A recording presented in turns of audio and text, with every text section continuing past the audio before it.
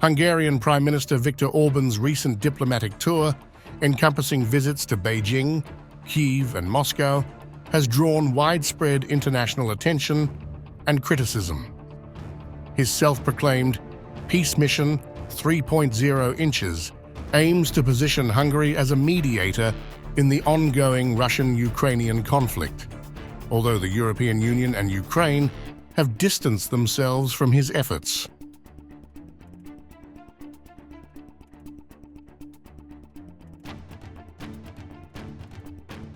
Orban's visit to Beijing on July 8th concluded with a meeting with Chinese President Xi Jinping. The Hungarian leader emphasized China's crucial role in fostering peace in the Ukraine conflict, which escalated significantly with Russia's full-scale invasion in February 2022. During his trip, Orban highlighted the necessity of involving major powers like China in peace efforts. Xi, for his part, called on the international community to facilitate direct dialogue and negotiations between the conflicting parties. He stressed the importance of positive contributions from global powers to achieve a ceasefire. Despite Xi's peace rhetoric, China abstained from a recent Ukraine-led summit in Switzerland, opting instead to promote its own 6-point peace plan, which Russia supports. Dear Prime Minister Orban, I am delighted to meet with you in Beijing. 2 months ago, I paid a state visit to Hungary, which was a complete success. During my visit, China-Hungary relations were elevated to an all-weather comprehensive strategic partnership for the new era. That move has given new historical significance to the 75th anniversary of the establishment of diplomatic relations between our two countries, and injected strong momentum into the high-level development of China-Hungary relations.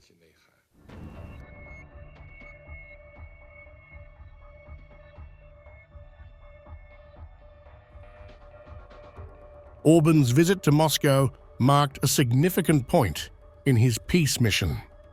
The Hungarian Prime Minister's meeting with Russian President Vladimir Putin was met with heavy criticism from EU leaders and the Ukrainian government.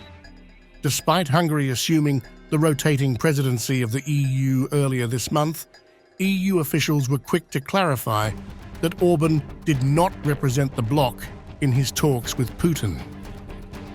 Putin reiterated his demand for Ukraine to withdraw from annexed regions, a proposal Kyiv has consistently rejected. Orban acknowledged the vast differences between the Russian and Ukrainian positions, but maintained that dialogue is essential for peace. The Hungarian leader's visit to Moscow has been perceived as undermining the EU's unified stance on the conflict, with many officials accusing him of appeasement. I experienced that the perspectives are far from one another. There are many steps needed for bringing the war to an end and creating peace. But in terms of restoring dialogue, the first important step has been taken today, and I will continue this work. Russia stands for a complete and final end to the conflict. The conditions for this, as I have already said, were set out in my speech at the Ministry of Foreign Affairs. We are talking about the complete withdrawal of all Ukrainian troops from the Donetsk and Lugansk People's Republics, from the Zaporizhzhia and Kherson regions.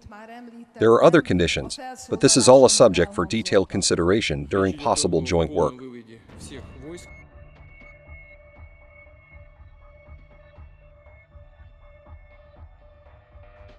Prior to his Beijing visit, Orban traveled to Kyiv, where he met with Ukrainian President Volodymyr Zelensky. Orban's visit to the Ukrainian capital was part of his broader peace initiative, aiming to mediate the conflict. He reiterated his calls for a ceasefire and warned of an impending escalation in the conflict. To all of us in Europe, it is crucial that the European support of Ukraine remains at a sufficient level, including our defense from Russian terror. It is important that the relationship between all neighbors in Europe becomes more deep and effective. The question of peace is important not only for Ukraine, but for the whole of Europe. This war, which you are now suffering, has a deep effect on European security. We appreciate the initiatives that President Zelensky has taken for peace. In an interview with the German tabloid Bild, published to coincide with his Beijing visit, Orban predicted a more brutal phase of the war in the coming months. He emphasized his neutral stance, stating that his primary goal is to achieve peace without taking sides in the conflict.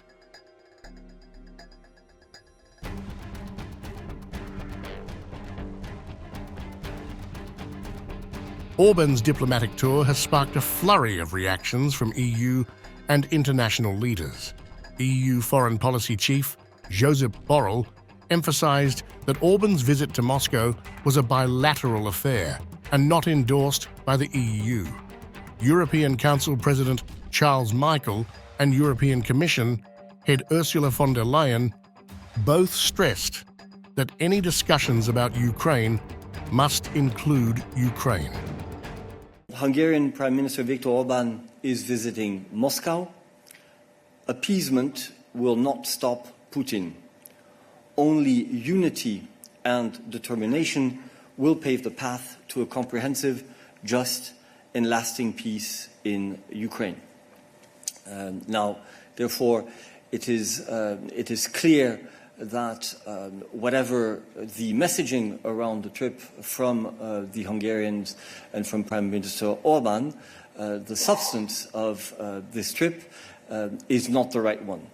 This is about appeasement, it's not about peace, and we believe that it undermines the unity and determination that we need to show in order for this war to end. Ukraine. The Ukrainian government also condemned Orban's visit, asserting that no agreements should be made without their involvement.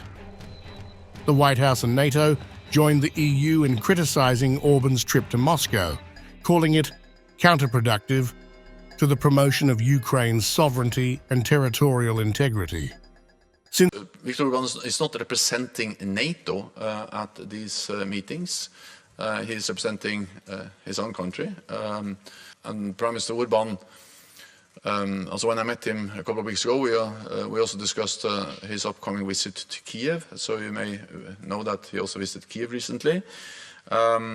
What is important is that all allies, also Hungary, agrees that Russia is the aggressor and Russia is responsible for the war, and that Ukraine's territorial integrity and sovereignty must be respected. We find it concerning, in fact. Look, before he traveled to Russia, you did see the Hungarian Prime Minister travel to Ukraine. We thought that was an important thing for him to do. We thought that was a productive step. And we would welcome, of course, actual diplomacy with Russia to make it clear to Russia that they need to respect Ukraine's sovereignty, that they need to respect Ukraine's territorial integrity, but that is not at all what this visit appears to have been.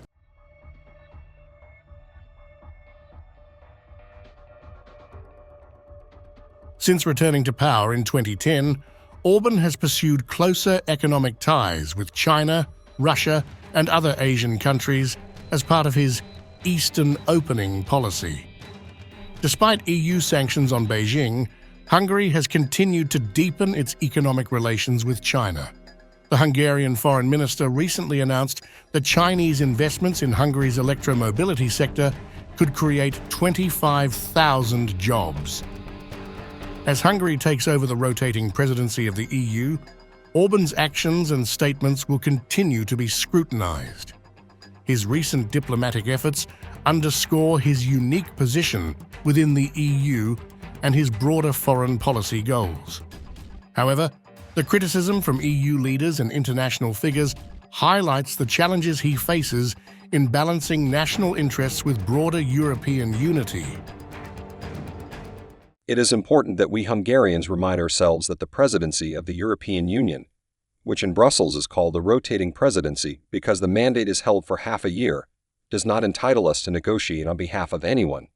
So even though what I'm doing seems like a negotiation format because we sit behind a table and discuss issues, we don't negotiate. Therefore, I do not need a mandate because I do not represent anything. The only thing I do is go to those places where there is a war or the threat of war that has negative consequences for Europe and Hungary as well. And I clarify the facts, I ask questions.